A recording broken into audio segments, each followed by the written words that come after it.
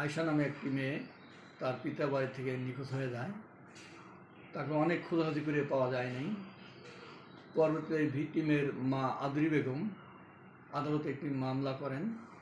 সেই মামলার প্রেক্ষিতে পুলিশ দীর্ঘদিন একটি অপহরণ সহ হত্যা মামলার তদন্ত পর্যায়ে এই ভিকটিমকে খোঁজাখুঁজির এক পর্যায়ে দীর্ঘ 7 বছর পরে ভোলাহাট থানাধীন বিআরটিসি কাউন্টারের সামন থেকে তাকে জীবিত উদ্ধার করা হয়েছে এবং ভিকটিমকে প্রয়োজনীয় আইনগত সহায়তা করার জন্য এবং তার পরবর্তী আইনগত ব্যবস্থা করার জন্য আমাদের পুলিশের টিম তাকে বিজ্ঞ আদালতে সোপর্দ করেছেন এবং তাকে প্রাথমিক জিজ্ঞাসাবাদ চলছে।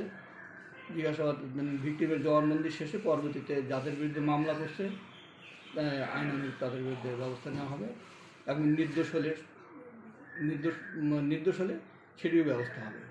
এ ব্যাপারে আপনার অনুভূতি ব্যক্ত করেন। এভাবে দীর্ঘদিন পরে একটি নিখোঁজ একটি মৃত হিসেবে যিনি অভিযোগ করছে তাকে মেরে ফেলছে, যেহেতু জীবিত উদ্ধার হয়েছে এই ব্যাপারে একটি ভালো সংবাদ। আমরা সত্য যেটি সেটি জানতে পেরেছি এবং সত্য উদ্ধারণ করতে পারছি। এজন্য আমরা আনন্দিত এবং পুলিশের এটি একটি সাফল্য আমি মনে করি। ধন্যবাদ।